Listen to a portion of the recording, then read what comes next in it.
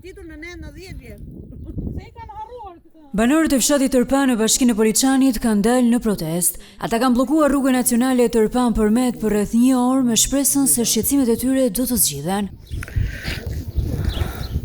Sipas tyre, rruga hyrëse e fshatit është ngushtuar dhe ata nuk po hyjnë dot në shtëpi dhe në platacionet me ullinj, ndërsa janë bllokuar edhe kanalet kulluese duke bërë që ujëra të vërshojnë nëpër fshat. E kanë bërë rrugën shumë të ngushtë. E kishim rrugën e gjenë, na kanë bllokuar dhe kanalin. Na vjen i gjithë ujit e malit, na kalon në atë rrugë aty dhe nuk kalojnë dot, është e pamundur të kalohet. Na rruga kryesore për të zbritur poshtë, që lidh komplet fshatin Tërpan lagjet, 5 lagje, është bllokuar mund hyrjet. Aty nuk hyn dot as makinë, as kombajn, as një gjë tjetër. Kërkojmë rrugën dhe rruga që del nga këto 5 lagje është burim aksidenti. Firma as do të dinë se ku ka vajtur guri, se ku ka vajtur ledhi që ka shkar.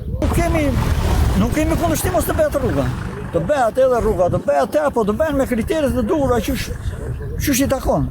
Banorët bëjnë apel për marrjen e menjëhershme të masave për hapjen e rrugës së fshatit që të mund të futen lehtësisht me mjete drejt shtëpive dhe me mjete bujqësore drejt tokave me pemë.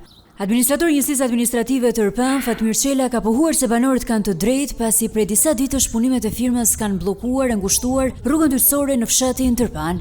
Ai ka deklaruar se ja ka përcjell shqetësimin e banorëve në bashkinë Poliçan, nga e cili është konfirmuar se do të ndërhyjet në mënyrë të menjëhershme për të zgjidhur këtë problem. Bashkia Poliçan do të ndërhyjë në rrugën e fshatit, por problematikat e shkaktuara me gurët e rënë nga punimet e rrugës janë kompetencë e firmës përkatëse të ndërtimit.